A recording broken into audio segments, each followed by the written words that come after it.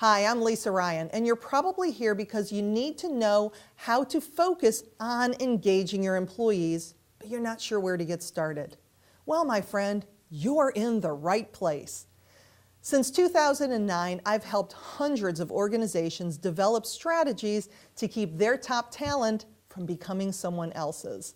Stick around till the end of this video to learn how you can get 100 more tips that you can immediately use. Today's tip is to respond quickly, answer the phone, and respond to staff emails within 24 hours of receiving them. By taking a few moments to respond to your employees, you send a powerful signal that they are a priority. Your prompt action emphasizes their importance more than just your words alone.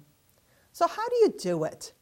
Respond immediately to a text or an email, at least to let your employee know that you received their message. If you can't take care of their issue right away, put it on the calendar. Schedule a more convenient time to speak with them. And for difficult conversations, do not respond via email or text. It's difficult to read emotion into a written document, and your employee may misinterpret what you're saying. Pick up the phone or meet them in person to convey difficult news.